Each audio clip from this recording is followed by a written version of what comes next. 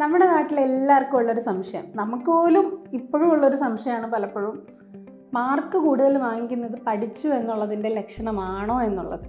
അപ്പം മാർക്ക് കൂടുതൽ കിട്ടിക്കഴിഞ്ഞാൽ പഠനം നടക്കുമോ? സത്യത്തിൽ പഠനത്തിനെയും മാർക്കിനെയും തമ്മിൽ കൂട്ടിക്കുഴയ്ക്കാതിരിക്കുന്നതാണ് എപ്പോഴും നല്ലത്. ഓഫ് കോഴ്സ് നമ്മുടെ ഇന്നത്തെ വിദ്യാഭ്യാസ സാഹചര്യത്തിൽ, ഇന്ത്യൻ എഡ്യൂക്കേഷൻ സിസ്റ്റത്തിൽ മാർക്ക് മാറ്റേഴ്സ്. അതുകൊണ്ട് തന്നെ പലപ്പോഴും കുട്ടികൾ പഠിച്ചിട്ടുണ്ടോ എന്ന് നമ്മൾ അനലൈസ് ചെയ്യുന്നത് കുട്ടിക്ക് 50-ൽ 48 കിട്ടിയോ 49 കിട്ടിയോ എന്ന് നോക്കിയിട്ടാണ്. 50-ൽ 50 കിട്ടിയെങ്കിൽ ഫുള്ളായിട്ട് പഠിച്ചു അടിപൊളിയാണെന്നാണ്. പക്ഷേ ഈ കുട്ടിക്ക് ശരിക്കും ഈ പഠിച്ച അറിവിനെ ജീവിതത്തിൽ ഉപയോഗിക്കാൻ പറ്റുന്നുണ്ടോ? ആ ചോദ്യം വളരെ റെലവൻ്റ് ആണ്. പലപ്പോഴും കുട്ടികൾ മഗ്ഗപ്പ് ചെയ്യുകയാണ് ചെയ്യുന്നത്. അതായത് അവർക്ക് കിട്ടിയിട്ടുള്ള അറിവുകളെ പരീക്ഷയ്ക്ക് എങ്ങനെ എഴുതണമെന്ന് വൃത്തിയായിട്ട് പഠിച്ചു വെച്ചിട്ട് അത് പ്രാക്ടീസ് ചെയ്യുന്നതാവാം ഒരു പക്ഷേ കുട്ടികൾക്ക് മാർക്ക് കിട്ടുന്നതിൻ്റെ ഓരോ റീസൺ. അല്ലെന്നുണ്ടെങ്കിൽ previous year question paper solve ചെയ്തിട്ട് ആ പാറ്റേൺ മാത്രം മനസ്സിലാക്കിയിട്ട് അതിനനുസരിച്ച് ആൻസർ റൈറ്റിംഗ് എഴുതാനുള്ള കപ്പാസിറ്റി കിട്ടിയത് കൊണ്ടും ആകാം. ഇനി അങ്ങനെയല്ലാന്നുണ്ടെങ്കിൽ കാണാപ്പാഠം പഠിച്ചിട്ടുമാകാം കുട്ടികൾ പരീക്ഷയ്ക്ക് മാർക്ക് വാങ്ങിക്കുന്നുണ്ടാവാം. പക്ഷേ ഇത് മൂന്നും അല്ലാതെ തൻ്റെ ജീവിതത്തിൽ ഇതെങ്ങനെ ഉപയോഗിക്കണം എന്നൊരു കുട്ടിക്ക് അറിയാമെങ്കിൽ മാത്രമേ ആ അറിവ് ശരിക്കും ഒരു ലോങ് ടേം മെമ്മറിയിലോട്ട് പോയിട്ടുണ്ടെന്ന് പറയാൻ നമുക്ക് കഴിയുള്ളൂ. നമ്മുടെ മെമ്മറിയെ നമ്മൾ രണ്ടായിട്ടാണ് ക്ലാസിഫൈ ചെയ്യുന്നത്, ഷോർട്ട് ടേം മെമ്മറിയും ലോങ് ടേം മെമ്മറിയും. അപ്പം നമ്മൾ സാധാരണ പരീക്ഷയുടെയൊക്കെ തലേ ദിവസം പോയിരുന്നിട്ട് മഗ്ഗപ്പ് ചെയ്ത് എല്ലാം കൂടെ പഠിച്ച് ക്രാം ചെയ്ത് എക്സാമിന് പോയിട്ട് എല്ലാം കൂടി എഴുതി വെച്ച് കഴിഞ്ഞ് ഇറങ്ങി വരുമ്പോഴത്തേക്ക് പിന്നെ ബാക്കി നമുക്കൊന്നും ഓർമ്മയില്ല. അതോടുകൂടി നമ്മുടെ ഓർമ്മയിലുണ്ടായിരുന്ന പഠിച്ച കാര്യങ്ങൾ കംപ്ലീറ്റ്ലി കഴിഞ്ഞു. പക്ഷേ ലോങ് ടേം മെമ്മറി അങ്ങനെയല്ല. ലോങ് ടേം മെമ്മറിയിലേക്ക് ഒരു കാര്യം കയറിയിട്ടുണ്ടെന്ന് പറഞ്ഞു കഴിഞ്ഞാൽ അത് എപ്പോൾ വേണമെങ്കിലും നമുക്ക് റിട്രീവ് ചെയ്തെടുക്കാൻ പറ്റും. എന്ന് പറഞ്ഞാൽ നമുക്ക് വീണ്ടും ആലോചിച്ച് ഓർത്തത് എടുക്കാൻ പറ്റും. അപ്പം ഇങ്ങനെ ലോങ് ടേമിലേക്ക് ഒരറിവിനെ നമ്മുടെ തലച്ചോറ് സൂക്ഷിച്ച് വെക്കുന്ന രീതിയിലേക്ക് എത്തിയിട്ടുണ്ടോ എന്നുള്ളതാണ് നമ്മൾ പഠനത്തിൽ പരിശോധിക്കേണ്ടത്. പേരൻസിന് എന്ത് ചെയ്യാൻ പറ്റും? അപ്പം നിനക്ക് എത്ര മാർക്ക് കിട്ടി എന്ന് ചോദിക്കുന്നതിന് പകരം നിനക്കത് മനസ്സിലായോ, നിനക്ക് എന്താ മനസ്സിലായത്, ഈ സാധനം കൊണ്ട് നമുക്കെന്താ ഉപയോഗം, ഈ ആശയം നിനക്ക് ജീവിതത്തിൽ എവിടെയാണ് ഉപയോഗിക്കാൻ പറ്റുന്നത്, നിനക്ക് അതിൻ്റെ അകത്ത് ക്യൂരിയസ് ആയിട്ട് തോന്നിയ ഒരു കാര്യം പറയാമോ? ഇങ്ങനെയുള്ള ചോദ്യങ്ങൾ പേരൻസിന് ചോദിക്കാം. ഇത് ടീച്ചേഴ്സ് മാത്രം ചോദിക്കേണ്ടുന്ന ചോദ്യങ്ങളല്ല. നമ്മൾ വീട്ടിൽ കുട്ടികളെ കൊണ്ട് ഒരു ക്വസ്റ്റ്യൻ ചോദിച്ച് അവർ ആൻസർ പറയുന്നുണ്ടോ എന്ന് വേർഡ് ബൈ വേർഡ് നോക്കി അത് കറക്റ്റായിട്ട് പറയുകയാണെങ്കിൽ കുട്ടി പഠിച്ചു എന്ന് വിലയിരുത്തുകയാണ് ചെയ്യുന്നത്.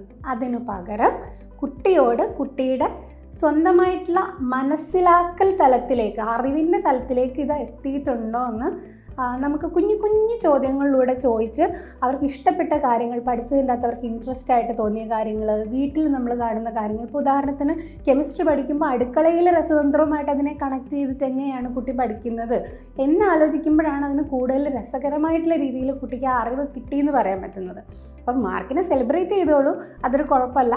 മാർക്ക് ഉണ്ടാവുന്നത് നല്ലതാണ്, കുട്ടിയെ നമ്മുടെ ഒരു സിസ്റ്റത്തിലത്തൊരു ആവശ്യമാണ്. പക്ഷേ മാർക്കാണ് പഠനം എന്ന് കരുതുന്നിടത്ത് നമുക്കൊരു ചെറിയ മിസ്റ്റേക്ക് ഉണ്ടെന്ന് പറയേണ്ടി വരും. പേരൻസിനെ സംബന്ധിച്ചിടത്തോളം കുട്ടികൾ പഠിച്ചിട്ടുണ്ടെന്ന് ഉറപ്പ് വരുത്താൻ പറ്റുന്ന ചില നുണുക്ക് വിദ്യകൾ പറയാം. അതായത് ഒന്ന്, കുട്ടിക്ക് എൻവയോൺമെൻറ്റ് സയൻസുമായിട്ട് ബന്ധപ്പെട്ടൊരു ചാപ്റ്ററിൽ 50 ഔട്ട് ഓഫ് 50 കിട്ടി. അപ്പം നിങ്ങൾ എൻവയോൺമെൻറ്റ് സയൻസിൽ കുട്ടി അടിപൊളിയാണ് എന്ന് വിചാരിക്കും. ഇപ്പോൾ പലപ്പോഴും പേരൻസ് പറയാറുണ്ട് കുട്ടിക്ക് ഇംഗ്ലീഷിനാണ് മാർക്ക് കുറവ്, മലയാളത്തിനാണ് മാർക്ക് കുറവ്, മാത്സിനാണ് മാർക്ക് കുറവ്, ആ സബ്ജക്റ്റിൽ അവൻ വീക്കാണ്, അവൾ വീക്കാണെന്ന് പറയാറുണ്ട്. പക്ഷേ ആ സബ്ജക്റ്റിൽ കുട്ടിക്ക് കോൺസെപ്ച്വൽ ക്ലാരിറ്റി ഉണ്ടായിരിക്കാം.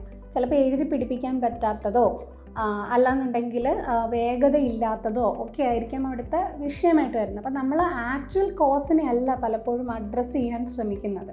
അപ്പം ഇവിടെ നമുക്ക് പേരൻസിന് എൻവയോൺമെൻറ്റൽ സയൻസിൻ്റെ കാര്യം പറയുമ്പോൾ നമുക്ക് പേരൻസിന് എളുപ്പത്തിൽ മനസ്സിലാക്കാൻ പറ്റുന്നൊരു ഉദാഹരണം ഞാൻ പറയാം.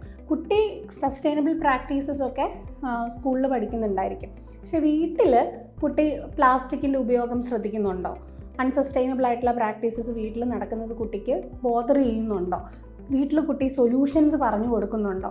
നമുക്കിതല്ലാതെ വേറെ എന്തെങ്കിലും ചെയ്യാൻ പറ്റുമോ? നമുക്ക് കടയിൽ പോകുമ്പോൾ പ്ലാസ്റ്റിക് കവറല്ലാതെ നമുക്കൊരു തുണിസഞ്ചി കൊണ്ടുപോകാൻ പറ്റുമോ എന്ന് കുട്ടി ചോദിക്കുന്നിടത്താണ് അവിടെ ലേണിംഗ് സംഭവിച്ചിട്ടുണ്ടെന്ന് നമുക്ക് ആക്ച്വലി പറയാൻ പറ്റുന്നത്. ഇത് ഈ ഒരു വിഷയത്തിൽ മാത്രമല്ല, എല്ലാ വിഷയത്തിൻ്റെ അകത്തും ഈ പ്രാക്ടിക്കൽ നോളജ് ഒരു കാര്യമാണ്. അപ്പോൾ ഈ പ്രാക്ടിക്കൽ നോളജ് കൊണ്ടുവരണം എന്നാണെങ്കിൽ പേരൻസിനും കൂടെ അതിൽ ഇൻവോൾവ്മെൻ്റ് ഉണ്ടെങ്കിലേ നടക്കുള്ളൂ.